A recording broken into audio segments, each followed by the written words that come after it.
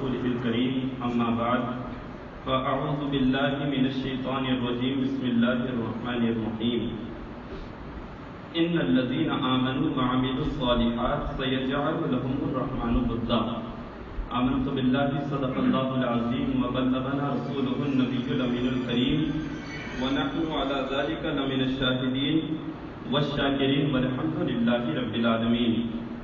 اہل سنت و جماعت کے دستور کے مطابق آغاز گفتگو سے قبل مصطفیٰ جان رحمت کی بارگاہ میں ہدیہ درود و سلام بصد ادب و احترام پیش کریں، بآواز بلند درود پاک کا پیش کریں۔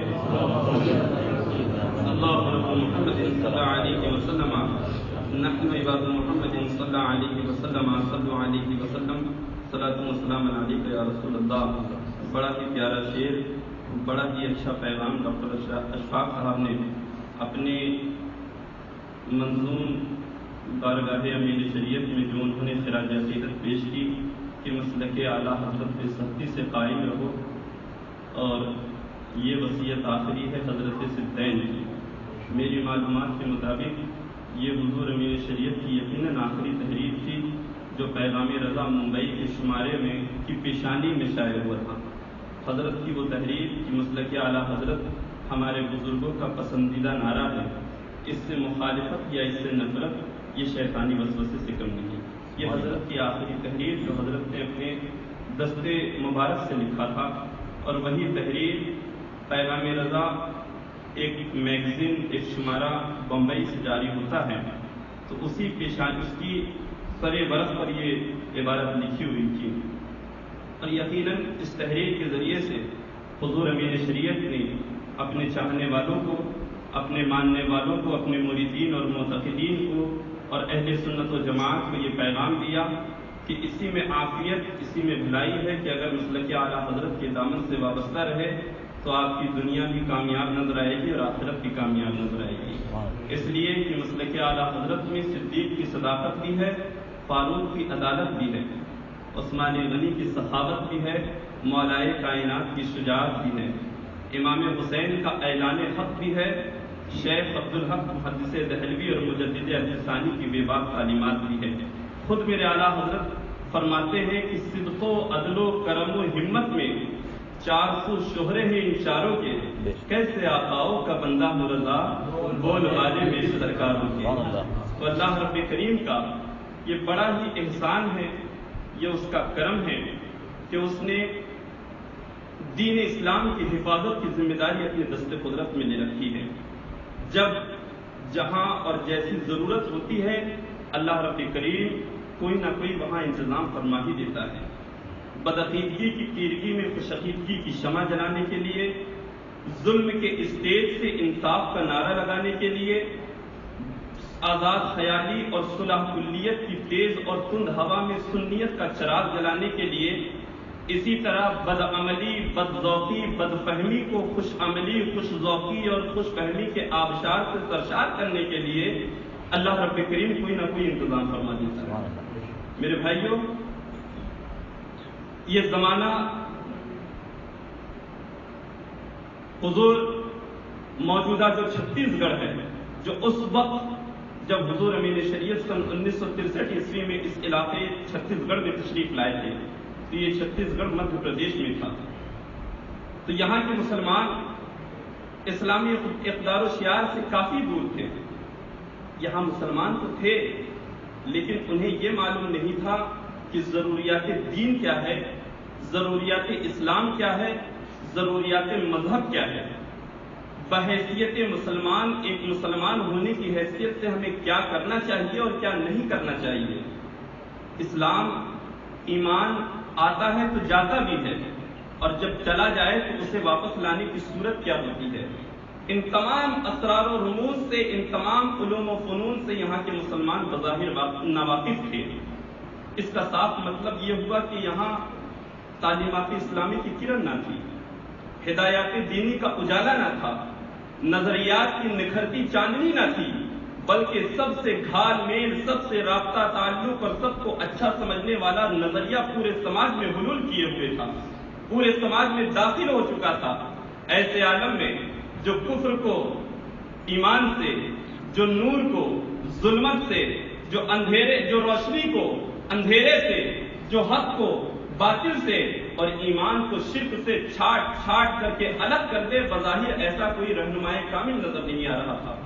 ستم یہ کہ ایک طرف مسلمان مسجدوں میں سجدہ بھی کیا کرتے تھے، ایک طرف مسلمان اسلامی تہواروں کا جشن بھی مناتے تھے، اور دوسری طرف غیر مسلموں کے تہواروں میں شریک ہو کر کے ان کے ساتھ بھی جشن منایا کرتے تھے۔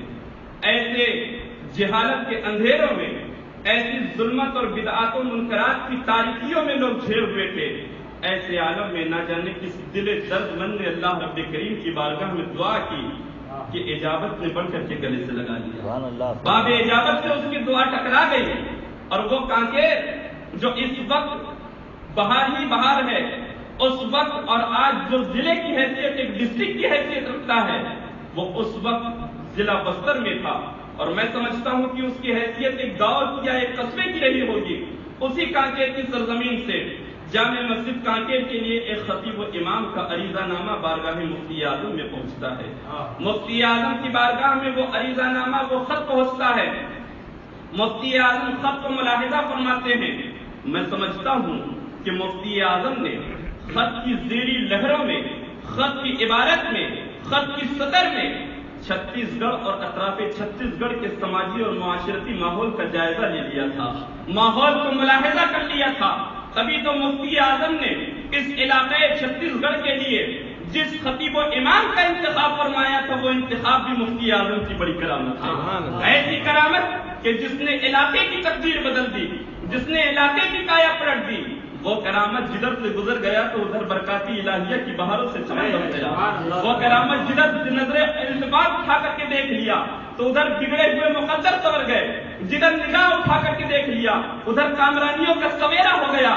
وہ امین شریعت کی ذات تھی جو حسن و جمال، زیبائی و رعنائی، دلکشی اور دل آویزی کا پیکر ایک نوجوان مسکراتے ہوئے مفتی اعظم کی خدمت میں حاضر تھا، مفتی اعظم رضی اللہ تعالیٰ عنہ کی بارگاہ میں حاضر تھا۔ آج اسی نوجوان کو ہم امین شریعت کے نام سے یاد کرتے ہیں، شبیہ مفتی اعظم کے نام سے یاد کرتے ہیں، مخدوم چھتیس گڑھ کے نام سے یاد کرتے ہیں۔ مفتی اعظم کے حکم پر حضور امین شریعت نے کانکیر کا ارادہ کیا۔ حکم ہوتا ہے، امین شریعت سفر کی تیاری شروع کر دیتے ہیں۔ عزیزان ملت اسلامیہ، یاد رکھنے کے قابل ہے کہ ایسا نہیں تھا کہ عام اماموں کی طرح کچھ اس خط کا ایک جواب لکھ کر کے، کچھ وہاں کے حالات کا، ماحول کا جائزہ لے کر کے، بتا کر کے میرے مفتی اعظم نے امین شریعت کو ایک رکا دے کر کے بھیج دیا ہو، ایسا نہیں تھا، بلکہ امین شریعت بریلی شریف کے شہر کے جس محلے میں قیام پذیر تھے، جس محلے میں ان کا گھر تھا، اس محلے کا نام ہے کانکر ٹولہ۔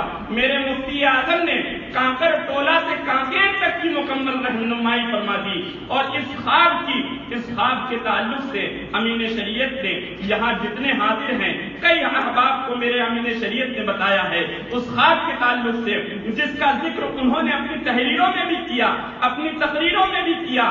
امین شریعت فرماتے ہیں کہ میں نے جب کانکیر کا ارادہ کیا، سفر کی تیاری شروع کی، تو میں نے بریلی شریف میں خواب میں دیکھا کہ مفتی اعظم تشریف لائے ہیں، اور مفتی اعظم نے کانکیر اس کا محل وقوع کہ وہ کس جگہ واقع ہے، کس جگہ میں موجود ہے، کانکیر کے شہر میں، قلب شہر میں بہتا ہوا دریا کے کنارے بلند و بالا مینار والی مسجد، دریا کے کنارے ایک بلند و بالا پہاڑ۔ امین شریعت فرماتے ہیں کہ سب کا مشاہدہ مفتی اعظم نے خواب میں کرا دیا تھا۔ امین شریعت فرماتے ہیں کہ میں نے یہ بھی دیکھا کہ اسی بہتے ہوئے دریا میں مفتی اعظم تشریف لے جا رہے ہیں، اور جسے آج کانکیر میں دودھ ندی کے نام سے جانا جاتا ہے، اسی دریا میں مفتی اعظم جا رہے ہیں، ان کے پیچھے پیچھے میں جا رہا ہوں، حتیٰ کہ ان کی پیشوائی میں نے اس دریا کو پار کر لیا۔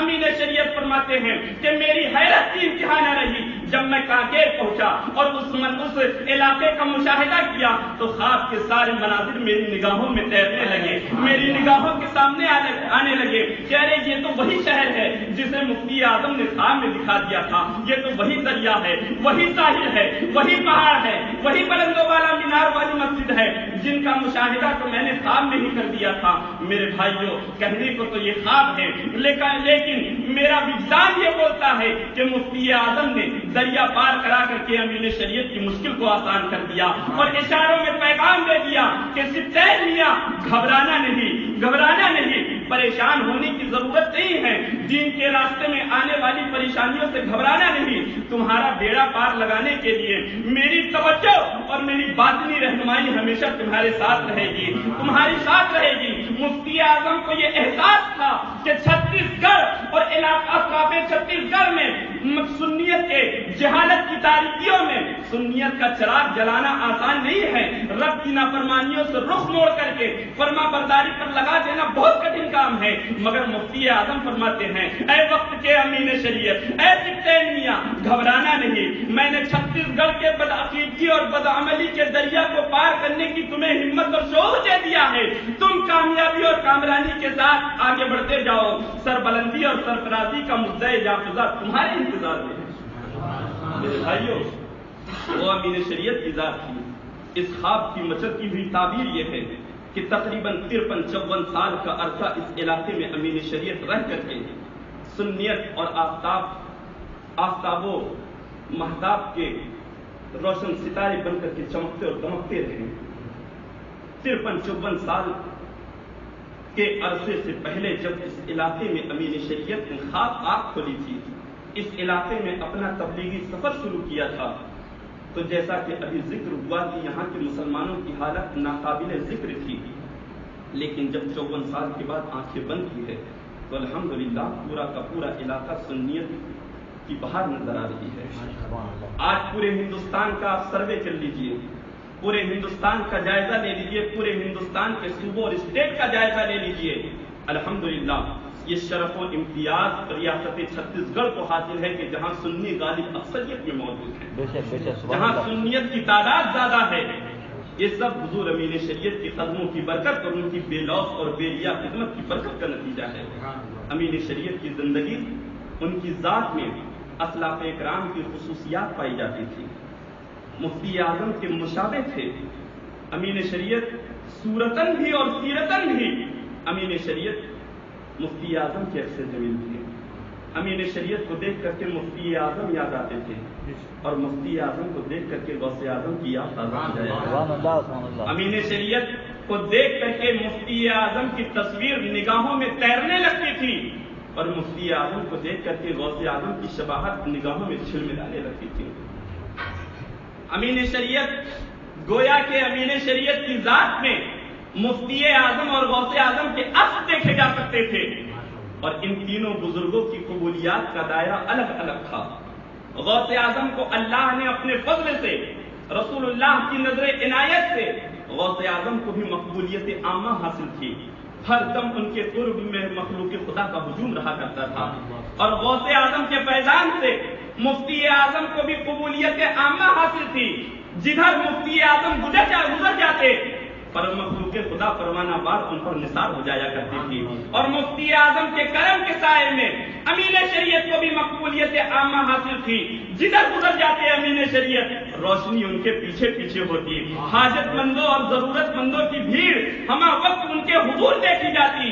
میرے بھائیوں، تینوں بزرگوں کی شخصیت کا دائرہ الگ الگ ہے۔ غوث اعظم ہے، مفتی اعظم ہے، امین شریعت ہے۔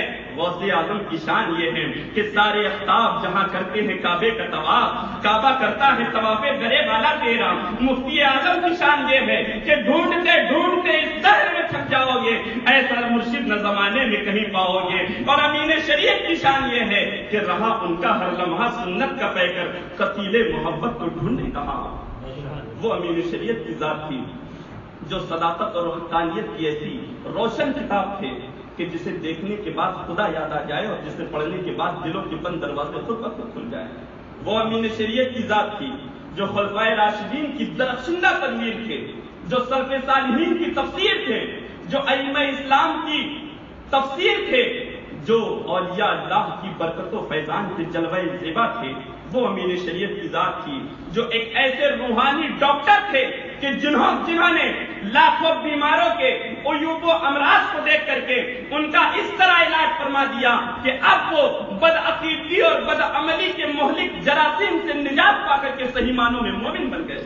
امین شریعت کی ذات کو جس زاویے سے دیکھیے، جس نظریے سے دیکھیے، امین شریعت آفاقیت کے حامل نظر آتے ہیں۔ ایسی خداداد صلاحیتوں کے جامع تھے کہ جو آفاقیت کے حامل نظر آتے ہیں۔ ان کی زندگی کے بہت سارے گوشے ہیں۔ سن 1963 عیسوی میں اس علاقے میں تشریف لائے، 1927 عیسوی میں اس دنیا میں تشریف لائے، بریلی شہر میں ان کی ولادت ہوئی، علمی اور روحانی ماحول میں ان کی ولادت ہوئی، اور اسی علمی اور روحانی ماحول میں تعلیم و تربیت کے انہوں نے تمام مراحل طے کیے، اور تعلیم و تربیت کی تکمیل کے بعد انہوں نے اپنی عملی زندگی کا آغاز کیا، اور حضور مفتی اعظم ہند کے کرم کے سائے میں ان کی زندگی کا کارواں آگے کی سمت بڑھتا رہا۔ جب مفتی اعظم نے محسوس کر لیا کہ مٹی سونا ہو گئی ہے اور ذہن و فکر میں اتنی پختگی آ گئی ہے کہ وہ دعوت و دین و سنت کے راستوں میں آنے والی تمام پریشانیوں کا بآسانی سامنا کر سکتے ہیں، تب مفتی اعظم نے اس علاقے کی ولایت سونپ دی۔ میرے بھائیوں، امین شریعت غریب نواز کی زندگی کو انہوں نے اپنی ہمیشہ نگاہوں کے سامنے رکھا۔ حضور خواجہ غریب نواز کو ہندوستان کو مرکز تبلیغ بنانے کا حکم بارگاہ رسالت صلی اللہ علیہ وسلم سے ہوتا ہے۔ غریب نواز نے بارگاہ رسالت میں ہندوستان سے اپنی اجنبیت کا اظہار کیا کہ یا رسول اللہ، ہندوستان سے میں واقف نہیں ہوں۔ سرکار دو عالم کا کرم ہوا اور ہندوستان کا پورا نقشہ ان کی نگاہوں کے سامنے رکھ دیا گیا، اور اس شہر کی نشاندہی فرما دی جس شہر کو ان کا مرکز تبلیغ ہونا تھا۔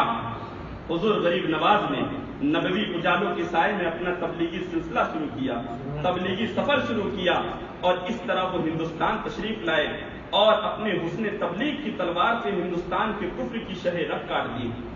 امین شریعت کی زندگی کو دیکھو، امین شریعت کو بھی کانکیر کو مرکز تبلیغ بنانے کا حکم میرے آقا مفتی اعظم کی طرف سے ہوتا ہے، اور خام میں اس شہر کی نشاندہی فرما دی جس شہر کو ان کا مرکز تبلیغ ہونا تھا۔ میرے بھائیوں، غریب نواز آقا کریم صلی اللہ علیہ وسلم کے کرم کے سائے میں انہوں نے اپنا تبلیغی سفر جاری رکھا۔ امین شریعت نے نائب مصطفیٰ مفتی اعظم کے سائے میں ان کے کرم کی آغوش میں اپنا تبلیغی سفر شروع کیا۔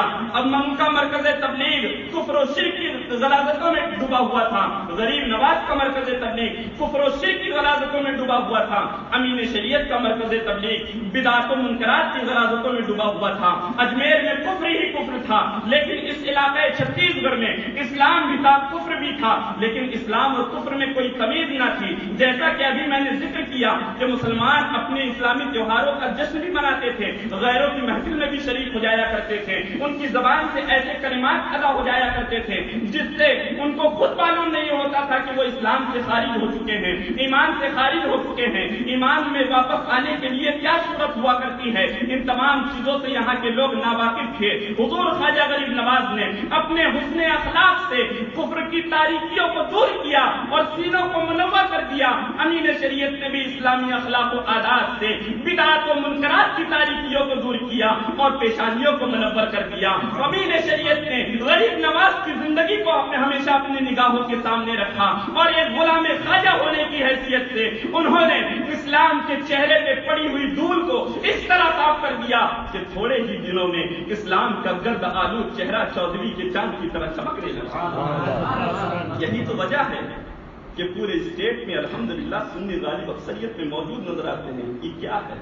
یہاں کے علماء بالخصوص حضور امین شریعت مختوم چھتیس گڑھ کی خدمتوں اور ان کی بے لوث اور بے ریا کسی مقصد کے تحت نہیں، کسی فائدے کے تحت نہیں، بلکہ اللہ اور اس کے رسول کی رضا کے لیے انہوں نے اپنی زندگی کا ایک ایک لمحہ، ایک ایک گوشہ، اپنی ساری توانائیاں، اپنی ساری صلاحیتیں، اپنی زندگی کا ایک ایک لمحہ اللہ کی رضا اور اس کے رسول کی رضا حاصل کرنے کے لیے وقف کر دیا۔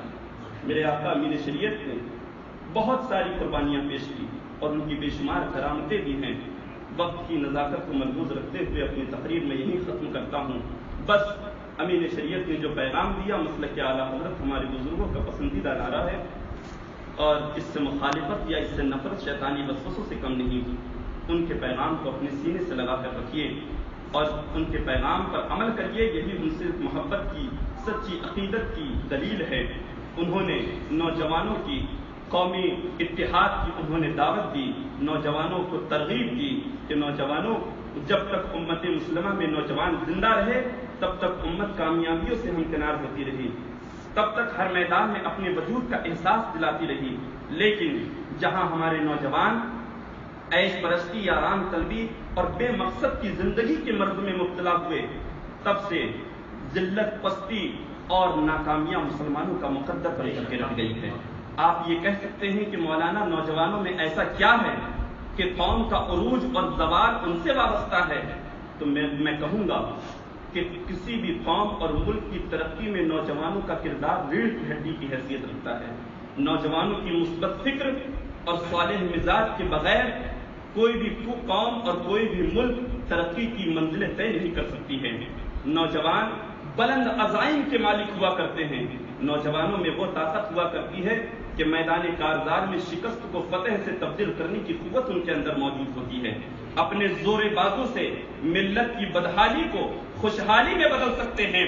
اگر نوجوان نبی کونین صلی اللہ علیہ وسلم کا عشق, صحابہ کرام کا جوش, مجاہدین اسلام کا شوق شہادت, اولیاء کاملین کا جذبہ اطاعت لے کر کے اگر وہ میدان عمل میں اتر جائے تو آج بھی دنیا اپنے ماتھے کی آنکھوں سے سیدنا صدیق اکبر کا جمال و صداقت, عثمان غنی کی سخاوت, فاروق اعظم کی عدالت, حضرت مولائے کائنات کی شجاعت, حضرت خالد بن ولید کے تلوار کی کاٹ, حضرت محمد ابن قاسم کی سپہ سالاری, حضرت صلاح الدین ایوبی کا بیت المقدس کو فرنگیوں سے آزاد کرانے کا جنون, حضرت قتیبہ بن مسلم باہلی کی مومنانہ فراست اور طارق ابن زیاد کے عزم و ہمت اور توکل علی اللہ کے جلوے نظر آئیں گے آج نوجوانوں کے اندر. لیکن کب؟ جب وہ اللہ اور اس کے رسول کے فرامین کے مطابق اپنی زندگی کو گزاریں گے, جب وہ اپنے ماں باپ کی فرما برداری کریں گے, جب وہ اللہ اور رسول کی فرامین کے مطابق اپنی زندگی کو گزاریں گے. لیکن افسوس کا مقام ہے کہ آج ہمارے نوجوان کن کاموں میں مصروف ہیں, ان کی مشغولیات کیا ہیں, ان کے شوق کیا ہیں, ان کے ذوق کیا ہیں, ان کے معمولات کیا ہیں. آج ہمارے نوجوان راستوں پر گھومتے ہوئے, گاڑیوں کی نمائش کرتے ہوئے, فیس بک اور نہ جانے کن کن چیزوں پہ اپنی خود نمائی, ٹک ٹاک وغیرہ پر خود نمائی کرتے ہوئے اور سنیما ہالوں میں اپنا وقت برباد کرتے ہوئے نظر آتے ہیں. آج چوراہوں پر اپنی قیمتی اوقات کو برباد کرتے ہوئے نظر آتے ہیں. نوجوانوں, اگر تم نے اپنے مقصد زندگی کو پا لیا اور ذمہ داری کو محسوس کر لیا تو آج بھی مسلمانوں کی عظمت رفتہ بحال کی جا سکتی ہے اور مسلمانوں کی گزری ہوئی شان و شوکت واپس لائی جا سکتی ہے.